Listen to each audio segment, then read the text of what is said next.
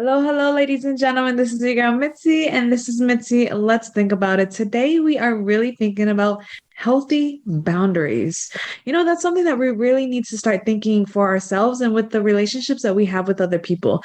Can you really say you have a healthy boundary? Well, I have a special guest here today, Marisa, who will be helping us really understand our boundaries and how to make sure that they're healthy for ourselves and for other people. So, Marisa, why don't you go ahead and fully introduce yourself?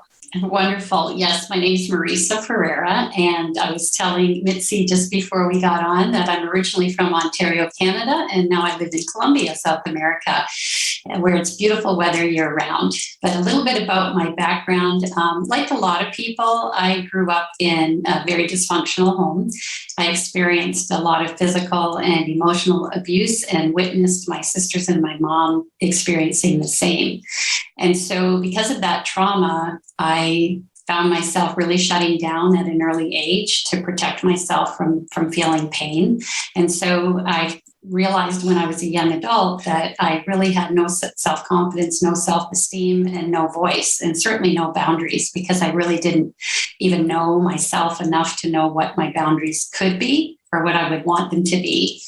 And so over the years, I've done a lot of work on myself, healing work, and now I love to support other people who may or may not have experienced severe trauma, because I think most of us, if not all of us, have experienced some degree of trauma in our lives through our childhood or even through our adult lives, and have difficulty with boundaries. And so I think it's really, really important for us to have healthy boundaries so that we can be true to ourselves and really respect our own needs while respecting the needs of others as well. Yeah, I absolutely agree. I think to be honest, I've spoken this with other guests before that we've covered on trauma, and it made me really realize nobody's exempt from it. Mhm. Honestly, nobody's Mhm. exempt from trauma. Nobody's exempt from experiencing it some way, shape, or form, because depending on how we perceive things and how we absorb it in within ourselves, Mhm. really determines if it's going to affect us in that trauma level. So it just Mhm. depends on how you're dealing with it and maintaining it. And I think the way Mhm. that you said how you dealt with it, a lot of people have gone through that. They've gone Mhm. through that numbing stage. And I guess the hardest thing for people when they're determining their boundaries is how do they already determine if they have boundaries? What would you say to someone if they're trying to figure out if they already have boundaries in place? Well, I think the most important thing is to really be conscious of your feelings.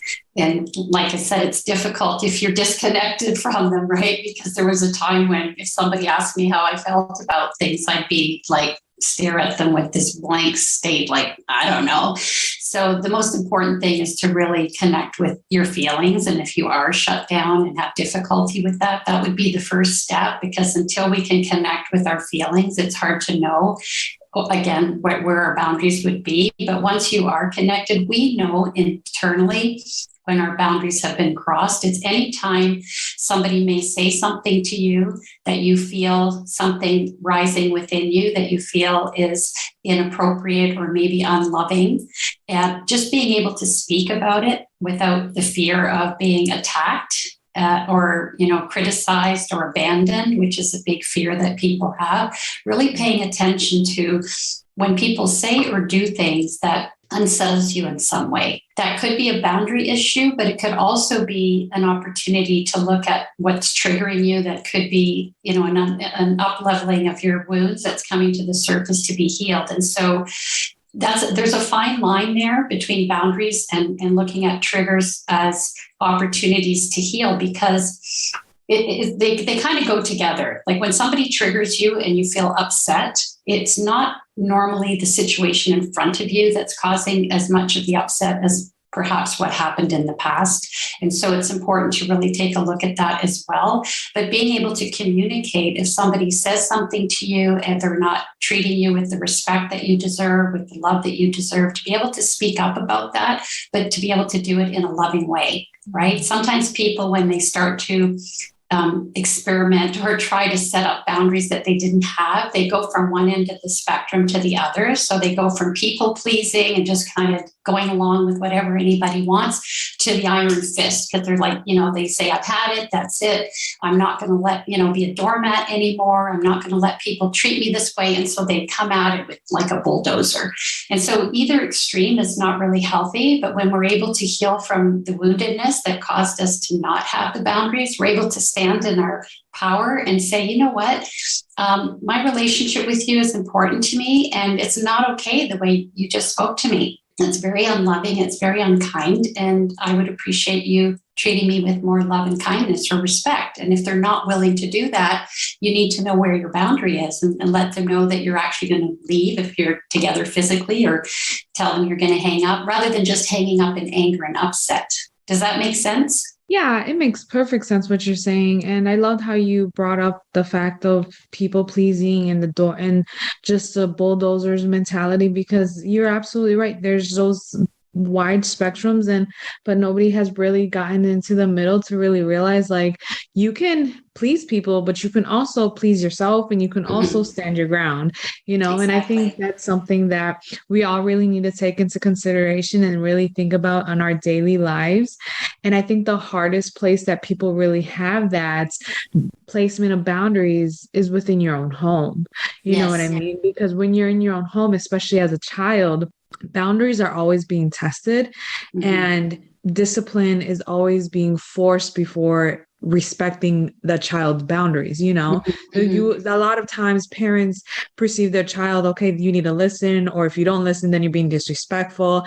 So it's hard when you're in that mindset as a child or as a teen, growing up in that family environment, and then learning how to still place boundaries for yourself so that you can keep your sanity within that. And I know that there's a lot of young kids who are trying to have that understanding and that self-growth now early versus later on. And I applaud those individuals for doing so.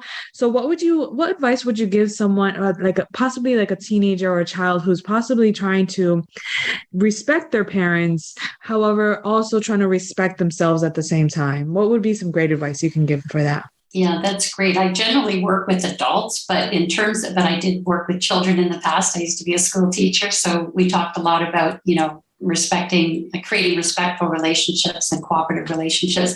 I think the most important thing for anyone, whether it's a child or an adult that wants to express their boundaries to someone else, is to always come from the heart. Because what often happens with young people and teenagers is that they react to the parents and how the parents are perhaps, trying to control them or manipulate them into being a certain way, and it's crossing their boundaries. And so they react with anger and upset and rebellion.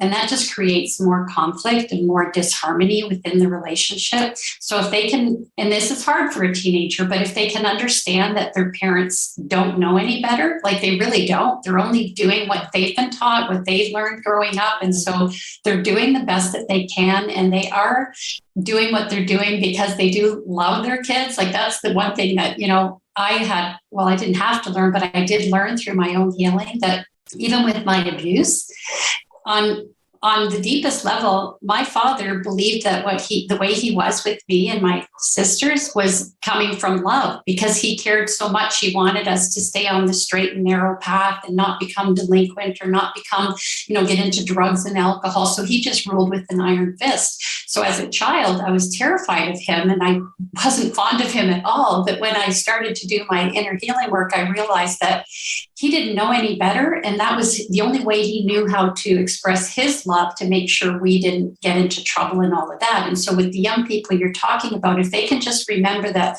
their parents aren't acting the way they're acting because they're mean, right? Even if it appears like they are, they really don't know any better. So if they can come from the heart and actually even say to their parents, look, I know you love me and I know you're worried about me. And that's why you're, saying that I have to do X, Y, or Z, but I really need to be my own person. And that's not something that I want to do, or that's not something that really respects my boundaries. So how can we work together with this so that both of our needs can be met?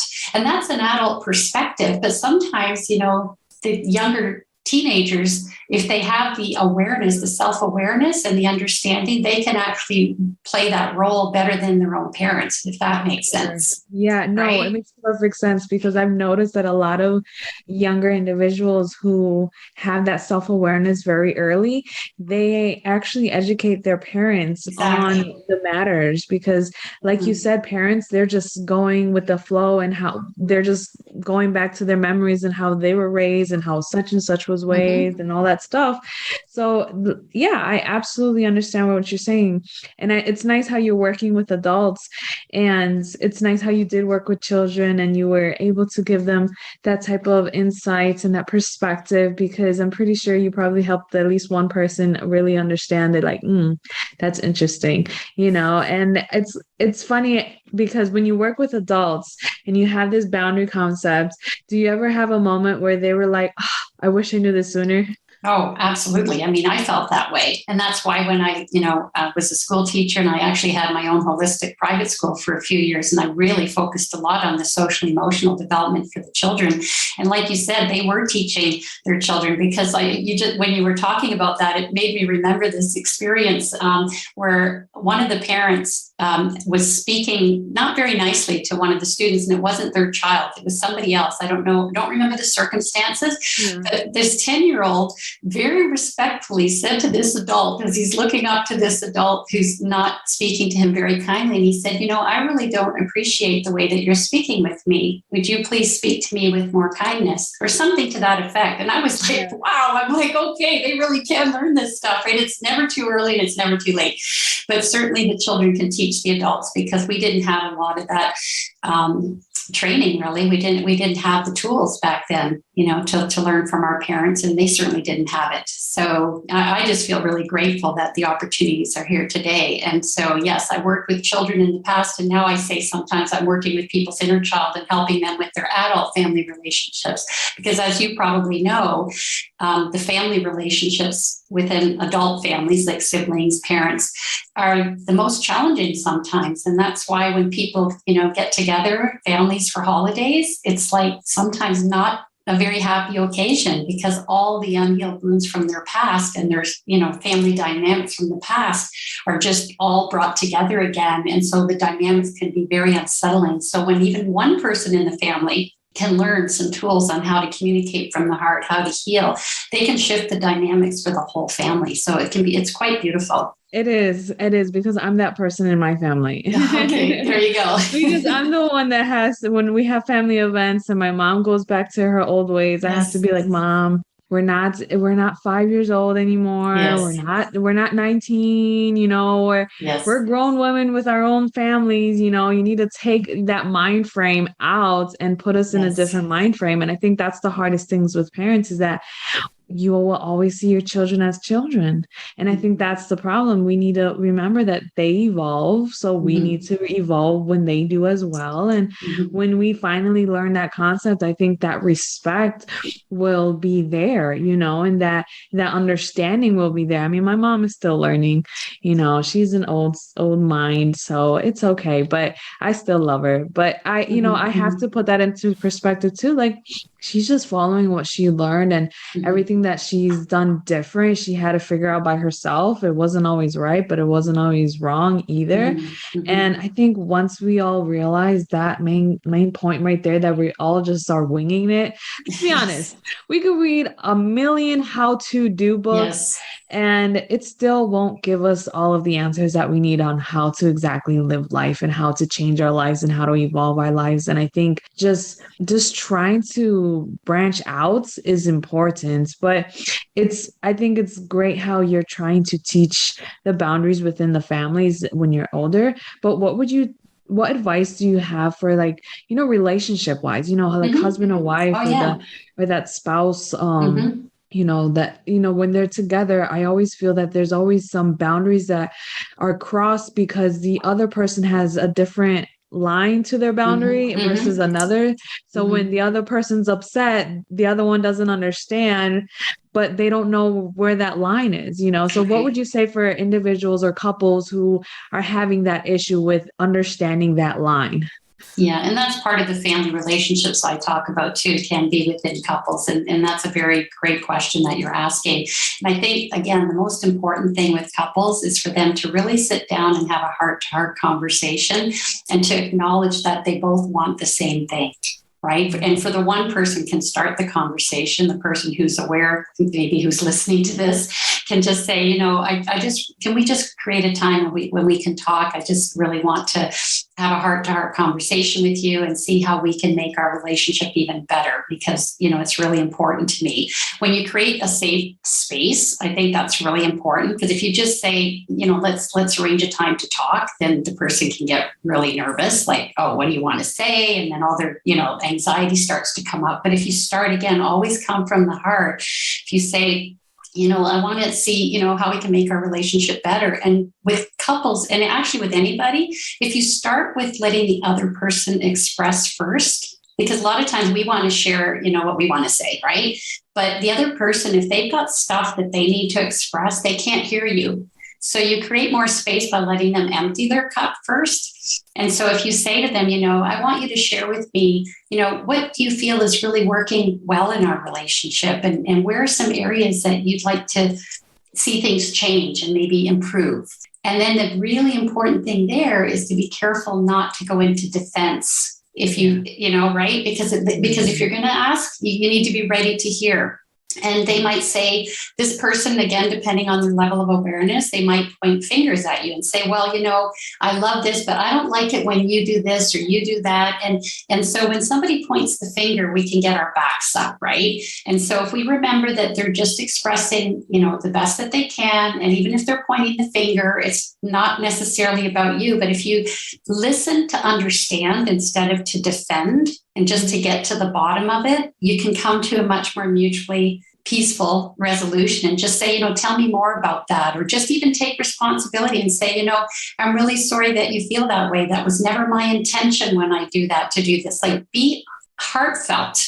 Right. And then the big part is to create agreements, because a lot of times relationships have difficulty because there's a lot of expectations that are not even communicated. And then when they're not met, you get really upset, and we start making it mean like they don't love me, they don't care about me. We make up all kinds of stuff that just creates more problems. So if you can come up with agreements, which is like a boundary, right? And then you agree to certain things, and then you give each other the space to grow into that agreement. Because just because you make a new agreement with somebody doesn't mean all of a sudden they're going to show up like that, because you've got to remember they've got a pattern that's been going on for who knows how many years. So let one another know, okay, so if you break that agreement, or if one of us breaks the agreement, what can we lovingly say to the other to remind of this conversation, right? Yeah. Instead of, you promised or you agreed to this, and now you're already, it's only one day, you're already not keeping it. Instead of saying, you remember when we talked about whatever? Oh yeah, okay. Again, when you come from the heart, I'm telling you, it changes everything. But when you come from trying to be right and trying to make the other person wrong, it just can get really, really ugly. And so once the other person's had that opportunity to express, then say, I'd like to share with you, also what I need or what I want. And it might take several conversations, because depending on the circumstances, you don't want to have like a 3-hour marathon conversation that, it's going to just totally wear you out. But even if you choose one thing each to start with that you want to start improving. And as you start to play with the agreements, and those are the boundaries now, right? Because that's another word for it, is an agreement. And then you have to know, what's important to you and what's most important, and communicate it from the heart. It's really important to me that when you speak to me respectfully, because it really hurts when I feel like you're talking down to me, or you yell at me, or whatever is going on. So the conversation, again, the key points is speak from your heart, let the other person express first, create agreements, and then share something that you would like to see shift. But again, from that place of wanting to enhance the relationship, not to make the other person wrong. Yeah. And I guess a thought just came to my head. Do you think the way that people project out their tone really does affect the way that someone's going to receive the information? Because I feel that sometimes certain things can be said, but with the wrong tone, it affects the other person in a way where they're not going to be receptive and they're just going to close it off, even if they're trying to tell you that they love you.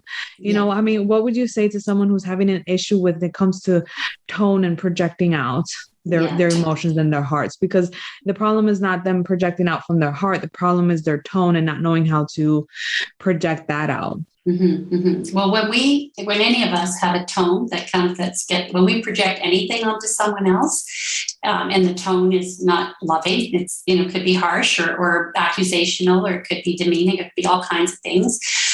That's an indication that something within you has been triggered, right? That's when we know, because whenever we're speaking from our hearts, then we're in our heart space. We can speak lovingly. Everything's great. But whenever we get into that reactionary place, I think it's important for us to take full responsibility for it, because we want to make it about the other person. Like I said earlier, like, well, they just said something, so now I'm feeling this, or they just did something, so now I'm feeling this, or they didn't say what I wanted them to say, now I'm feeling this, or they didn't do what I wanted them to do, now I'm feeling this. But if you can say to the other person, even if you notice yourself speaking in a harsh tone, as soon as you recognize it, take responsibility. And you can say to the other person, you know what, I'm really sorry. I just realized that I express myself, pretty harshly. And what I'm noticing, what's coming up for me are these feelings of whatever it is. And it's reminding me of because it's something from the past, right? It's something from the past. And so the other person's going to have a lot more compassion and empathy for you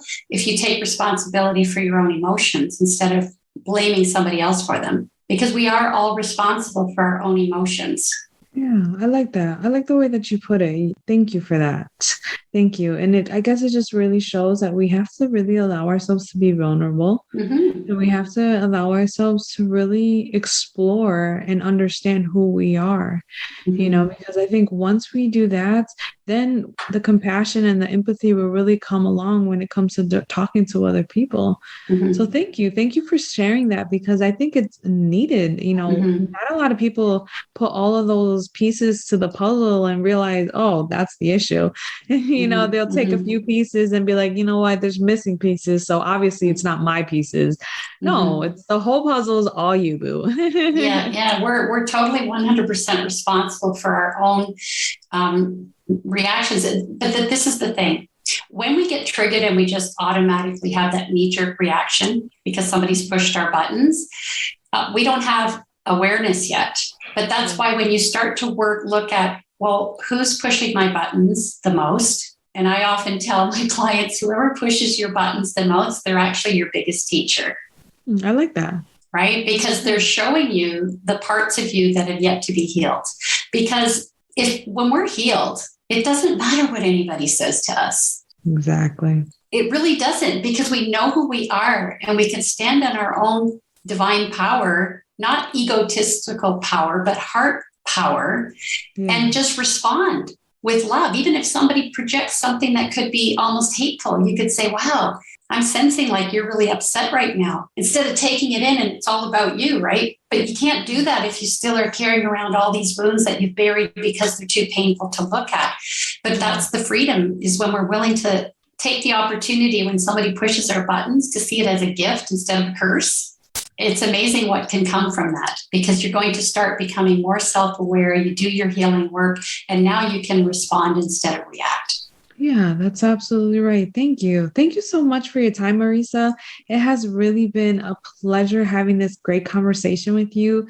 You really have put a lot of things into perspective for me, and you really made me think about a lot of things that just clicked. I was just either missing one little piece or one little thing, and then you just expressing everything that you said. It just now it just all makes sense. I can see the clear picture now. So I honestly thank you for this, because I know my husband was happy to hear that I was speaking to someone when it comes to boundaries, because he says that I have an issue when it comes to that with him. So I understand exactly where he's coming from now. So excellent. I honestly and truly, truly, truly thank you for this conversation.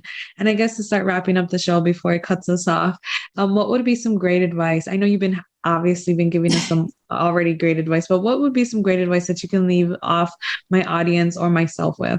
Well, one of the things I always love to say, and I think I may have even alluded to it earlier, is that each of us is really always doing the best that we can with our level of self-awareness, with the tools that we have, the understanding that we have. And when we can remember that, it's easier to have self-empathy and compassion, and empathy and compassion for another. And just always come from your heart and come from love, and everything shifts. Like it's magical when you're able to come from that place. Yes, you're absolutely right. Absolutely right. I have no disagreements. No rebuttals. That's great. Well, I'm glad what I shared is helpful for you and hopefully for the listeners as well. Exactly. If it was helpful for me, I know most definitely it's going to be helpful for somebody else out there, because I know I'm not the only one struggling with this, so I'm honest and I can admit that I have issues, so I'm hoping that my audience can be honest and admit that they have issues too. And that's why they're tuning in and watching and trying to evolve to become their better selves, and just become a better human being in general, and if anybody in my audience wants to know more about Marisa, go check her out. I have her I have a link to her website so that you can find out all about Marisa and all that she offers. You can find her lovely photo under special guest on mitzythinking.com so that you can really connect with her, and if you were trying to figure out your own boundaries, if this wasn't enough for you, sometimes this quick conversation or listening to a conversation may not be enough. Maybe you need something more in depth, then go reach out to Marisa, go reach out to anybody that you feel that may help you put the pieces to your puzzle, maybe. So if anything, go check her out, and I promise you won't be disappointed. Alrighty, y'all take care and be safe, y'all. Bye.